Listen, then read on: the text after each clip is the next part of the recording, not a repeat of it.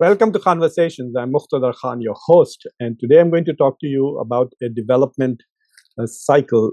The conventional wisdom basically suggests that the pathway to development really starts with becoming independent in the agricultural sector, becoming self-sufficient in the agricultural sector, developing it, and then moving your labor force from the agricultural sector to the factories as you industrialize.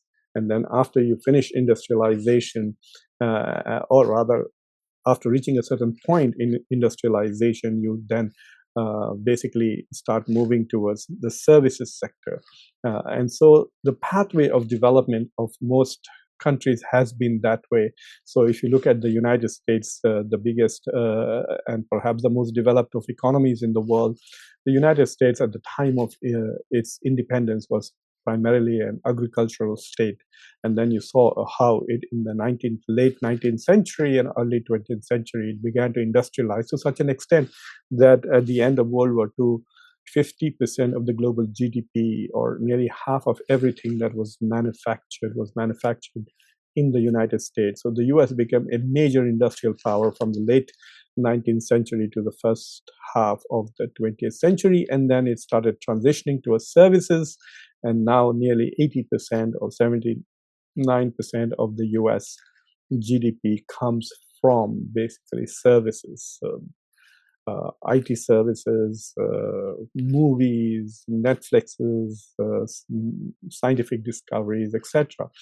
Even though a large segment of the US economy comes from services, it does have a large industrial base. In fact, I think America is still the second biggest manufacturing country in the world, even though the share of manufacturing in the US is only 10%. That 10% is over $3 trillion. That would be 75% of India's entire GDP, and probably 5 or 6 times bigger than India's, which is rapidly on the verge of becoming the third biggest economy. So the manufacturing sector of the US is actually bigger than that of Japan as well as Germany, who are in the top 5 economies. So basically, most countries have shown that trend that they have moved from the agricultural sector towards the manufacturing and then towards services in that order. So now, in this conversation, I want to basically address this particularly question, which has become very germane in today's politics, where India is competing with China to replace China as the world's factory. Because of security reasons, geopolitical competition between the West and China, because of what happened during COVID, the Western countries have become very wary about depending on China. And so they have realized their enormous dependency. So they're trying to redefine supply chains and trying to relocate manufacturing outside China.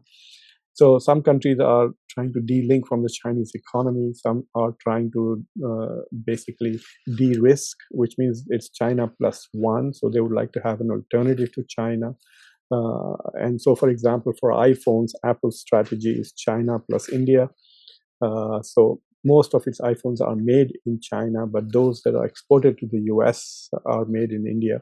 So companies and countries are trying to find some ways of reducing their dependence on China, and number two, trying to basically secure their supply chains in case the geopolitics between the West and China results in some kind of a Cold War and essentially segregation and separation and bifurcation of the global economy. One part centering around China and the other around the West. G7 and European Union would be the main parts of that part of the economy. But India is trying to take advantage of this particular geopolitical tension by essentially reaching out to the West, trying to come up with free trade agreements with the US, with Europe. It has already got one with Great Britain, in which it is trying to present India as an alternative to China as a global factory. And in some areas, it is moving fast, like the iPhones and in the pharmacy. But India lags far behind China.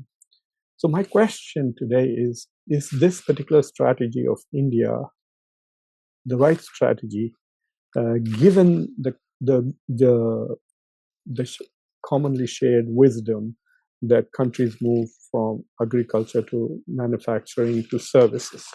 So what I intend to do in this short conversation is basically explore that by looking at a few examples of countries from each of those sectors, and then maybe by the end of this discussion, we will be able to ask the question whether this is the right strategy, especially given the fact that India has placed so much importance and has attached so much significance to what it calls as Atmanirbhar or self-reliance in the industrial sector. And so for the last like 20, 30 years, and especially in the last 10 years, under the current dispensation in DC, we have heard a lot of talk about promoting manufacturing, inviting industries, inviting foreign investments, bringing in foreign technology, and making India self-reliant in manufacturing. And so this word Atmanirbhar has been bandied around a lot, both in the general economy as well as in the national security sector, where India wants to become independent of its dependence on foreign technology and foreign industry. But we haven't seen any significant progress in terms of manufacturing's share of GDP. In fact, it has continued to decline. At one point, it used to be 17%, but in the past few years, it has gone down to such an extent that only 14% of India's GDP comes from manufacturing. So given all of that and the rise of China, in fact, China 2.0 is all about manufacturing. So in that context, is it actually a smart thing to focus so much? In fact, when I say focus, it's not just talk. The government policies, the government subsidies are all designed to promote industrialization, resources which will otherwise be used elsewhere. That's the whole point of evaluating this particular strategy. So let's look at the data that I have compiled for you. This is GDP shared by sector and GDP per capita of several countries. So I have picked two countries, which are Afghanistan and Pakistan in India's neighborhood, which are low-income economies. And then I have picked India and China, which are middle-income economies. And then I have picked up Japan, USA, and Germany, which are high-income economies. Actually, the World Bank has four categories: low income, low middle income, high middle income, and high income. So Afghanistan and Pakistan are in low income economies, more or less. India is in the lower middle income. China is in the upper middle income or higher middle income. And USA, Japan, Germany are high income economies. And then in the columns, the first column is about the share of agriculture. The second is the share of manufacturing. And the third column is services. And then you can see how wealthy the country is by looking at the GDP per capita. So if you look at Afghanistan, it is the poorest country in the whole lot. Its GDP per capita is $364 US, which is about roughly $30 a month. So $1 a day. So Afghans live on $1 a day. That is the per capita income. It is really a poor country. And if you look at it, you will find that agriculture is 1/3 of the economy. It is not the biggest sector. It is not the biggest sector, but it is definitely a very important part of it. And services are 45%. We live in a society where we need a lot of services. So most countries will have services as something developed because of the fact that we live in a world which is post-industrial in many ways. So if you look at Afghanistan, it's 35.8% is the manufacturing. So you can see how little industrialization has taken place in Afghanistan. But notice that it does have a pretty developed, relatively speaking, service sector, or at least nearly half of its economy seems to be coming from the service sector. If you look at Pakistan, roughly 1/4 of its economy is dependent on agriculture, and its manufacturing is 13.5%, and its services are 55.9%. And if you look at India, India's agricultural sector is again bigger than its manufacturing, which is just 14%, and its services is 55%. So if you look at manufacturing and services, India and Pakistan look more or less very similar in their state of development. Whereas when you look at agricultural, you see that Pakistan is a bit more agricultural dependent than India is. And then if you look at China, this is where the bifurcation begins. So basically, Afghanistan and Pakistan are low income. India is lower middle income. If you look at its GDP per capita, it's nearly 2,700 plus. So it is, oh my God, more than 8 times, I guess, Afghanistan, and $1,000 plus. So $1,200 more than Pakistan. Nearly, you could say, well, 60-70% bigger in Pakistan. But then if you look at China, you see the share of agriculture drop significantly to just 7.1%, and its manufacturing goes up to 0.25%. And it also has a developed service sector, obviously, because in fact, if you just look at the IT services, the IT services of China are at close to $800 billion, which is equal to US and India combined. So if you look at the Chinese IT industry, the hardware is about $1 trillion, and the software are about 800. So it's a massive economy in many ways. But look at its per capita income; it's just $12,000. And then when you move into the high income economies, you see Japan and the US, only 1% of the GDP comes from agriculture. In fact, it is fascinating to see that the US in its trade negotiations is putting so much pressure on countries like Japan, on India, on other countries like Bangladesh and others to open their agricultural sector for America's farmers to export. But 1% of the US GDP comes from agriculture. So that is really very amazing to see. And 77% comes from services. So these are post-industrial societies. Even though America is the second biggest industrial power on earth, it is a post-industrial society because only 10% of its GDP, which is $3 trillion, comes from manufacturing. And then if you look at Germany is even less than 1%, and its services are 70%. So if you look at all the high-income economies, all of them, in fact, Great Britain is, I think, at 80%, all of their, shall we say, economy is driven by services. I want to give you an example of another major country, which you will be very surprised. If you look at Singapore, for example, Singapore's 72% of its GDP comes from services and 18% from manufacturing, which is quite surprising for a country that is so small. But agriculture is 0.03%. It's a small island. There's not much place for Singapore to do farming, etc. It does have an industrial base. I'm surprised that if you look at this chart, it is as on par with Germany when it comes to manufacturing in terms of the share of the GDP, and it has more services and far less agriculture than Germany. So the point that I'm trying to make is very simple.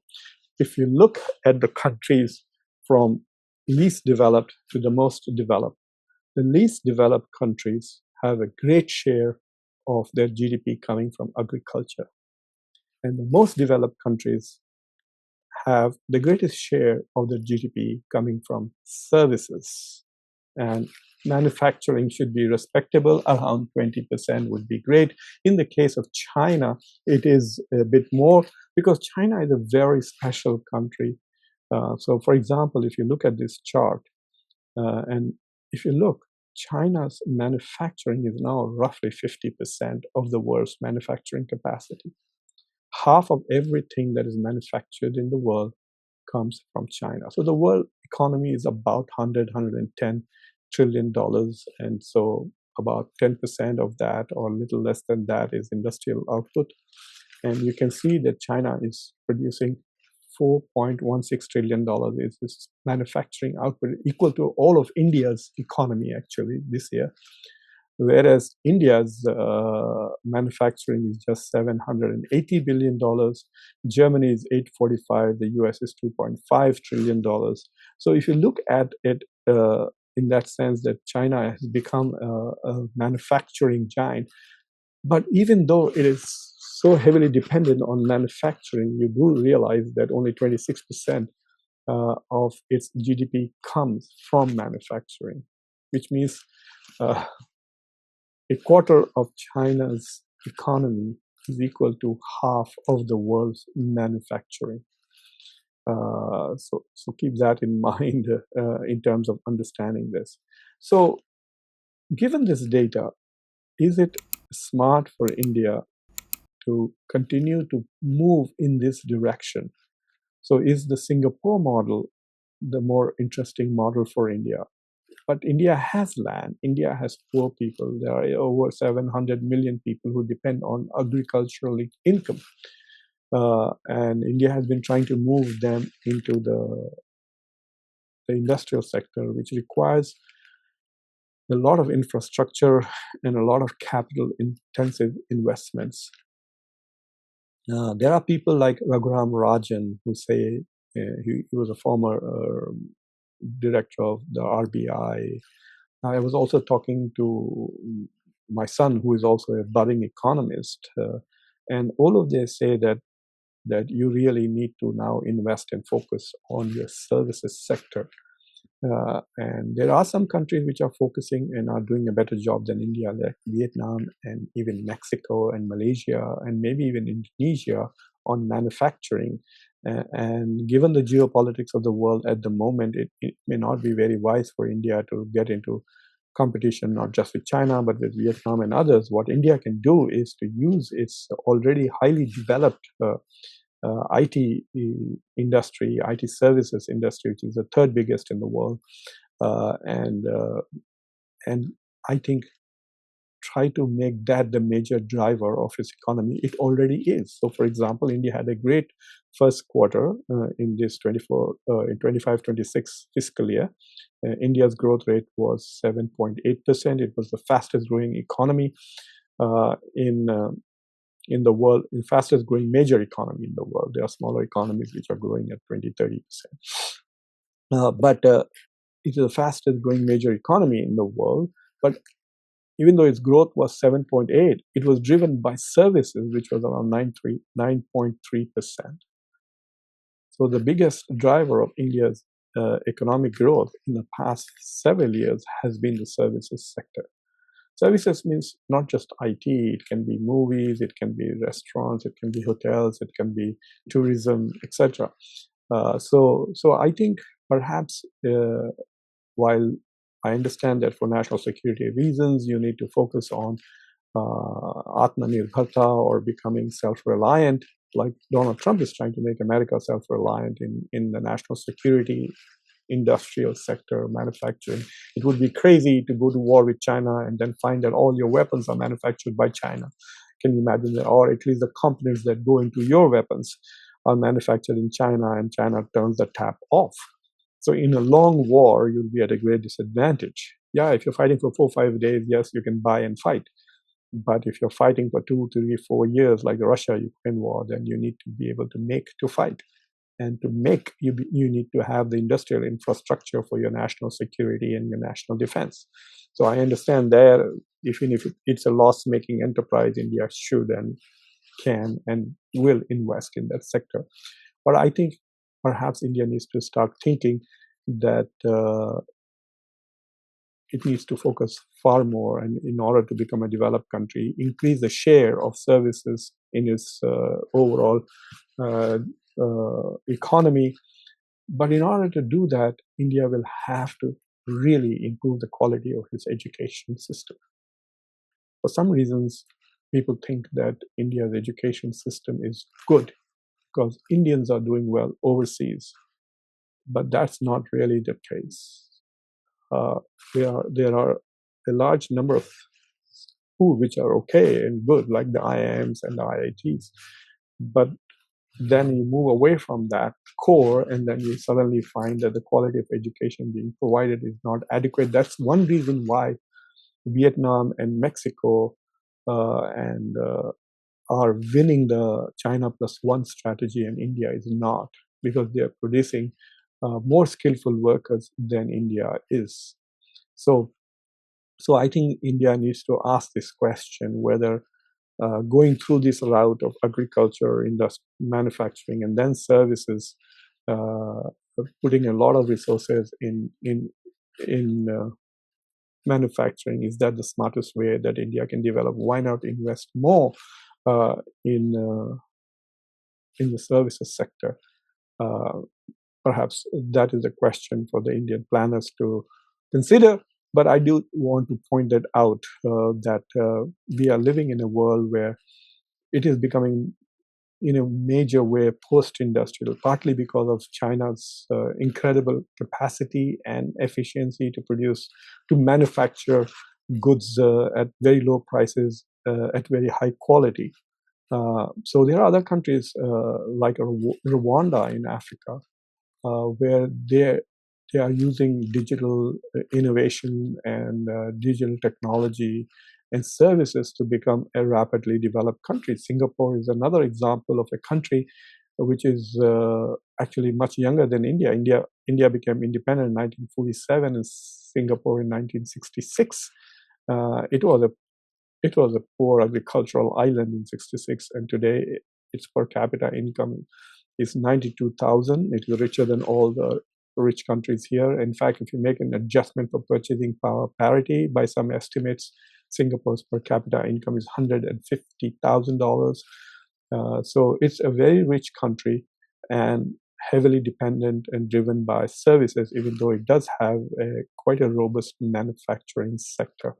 So I think perhaps India could rethink its development strategy and start emphasizing more on building an infrastructure that will sustain innovation and high quality education to feed into the service industry. So anyway, thank you for watching Conversations. If you have not already subscribed to the channel, please subscribe to the channel, like this video, press the bell icon, and don't forget to share this video with your socio-political network. Until next time, I'm your host, Muqtedar Khan. Take care.